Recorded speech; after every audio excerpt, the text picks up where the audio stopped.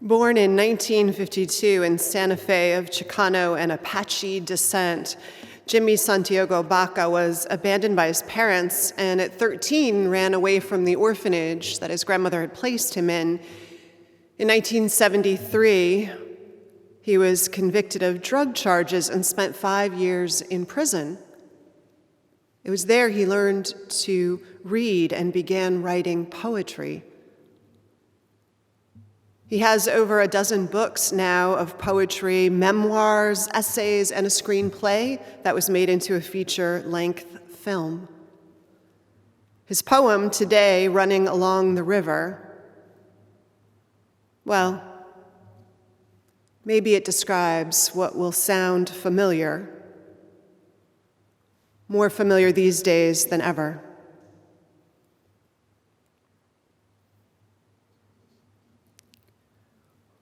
Today, running along the river, dead leaves cling to cathedral cottonwood branches, snap in the gusty breeze, give a crisp hiss. A wafer-thin wind spades up loose dust from the path, and above me, gray leaves clash, soft in towering boughs.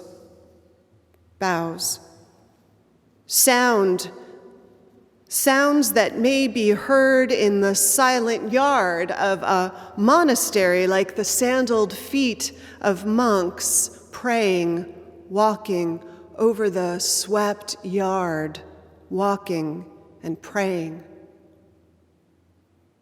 I run beneath the winter leaves when right ahead of me at the turn, a plump pheasant, white ring neck, gray-black molded feathers, green phosphorescent head scurries into the dry brush, clashing like rosaries in the sleeves of nuns, hurrying to the chapel for evening mass. I jog on.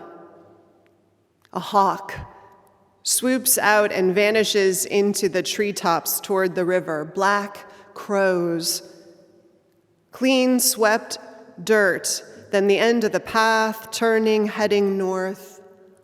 I worry over the love I have for this woman. Then I see 7 pairs of mallards burst up in fright at my sudden appearance, and I think of how they mate for life, and beyond them, poised in the ditch bank, with such regal bearing, a blue heron. It's then I hear a voice, a crystal shining, icicle clear voice. Cold water, but made of sound, tells me, keep my connection to the spirits strong. Keep my work spiritual. Stay connected to the Creator, and all my worries will be answered in time. It's a good run. Here ends our reading.